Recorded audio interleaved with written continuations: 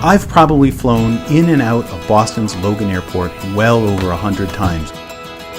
That's me when I was about 6, waiting for a plane home to Chicago. I'm here in Boston again, mostly to hang out with an old friend, see my aunt and uncle, and to see this city that means so much to me. One of my best friends from Chicago, Greg, now lives in Boston with his wife and 2 kids. There's a certain irony that Greg has a life here, and mine is in Chicago. Do you have a place in your heart that means as much to you as anywhere else in your life? That's how I feel about Boston.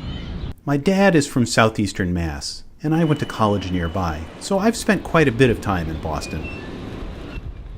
Even if you haven't been here, you probably know the mythology of Boston. The accents, the huge college population, the provincialism. There's a certain amount of truth to all that. What? But my Boston, my second city after Chicago, is a lot more mundane. Right here is probably where I spent more time than any other place in the city. Of course, it didn't really look like this. It's the former Peter Pan bus stop.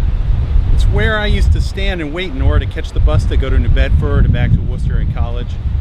They'd come screaming out of this hole, and then they'd come and stop at a stop over here. It's not here anymore. Now that bus is going somewhere else. But otherwise, I spent a lot of time in Boston doing all the things any other college kid would do. I went to concerts, hung out with friends, regular stuff. Boston has always been a second city to me. It has a lot of big memories. Right here on Beacon Hill is where I walked with my father when he was racked with Alzheimer's for the last time before we committed him to long-term care.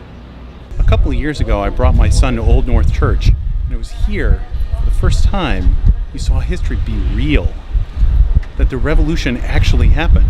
And then there's Hanover Street in Little Italy, which I managed to come visit almost every single time that I come here, and always get a cannoli.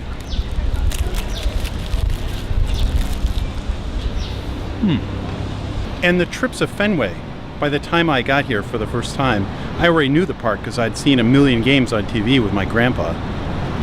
This is a great city, my city. It helped me become an adult and remains one of the few places I'd ever move to if I had to leave Chicago. I'll miss Boston when I'm back in Chicago, but it's good to know I can always come back.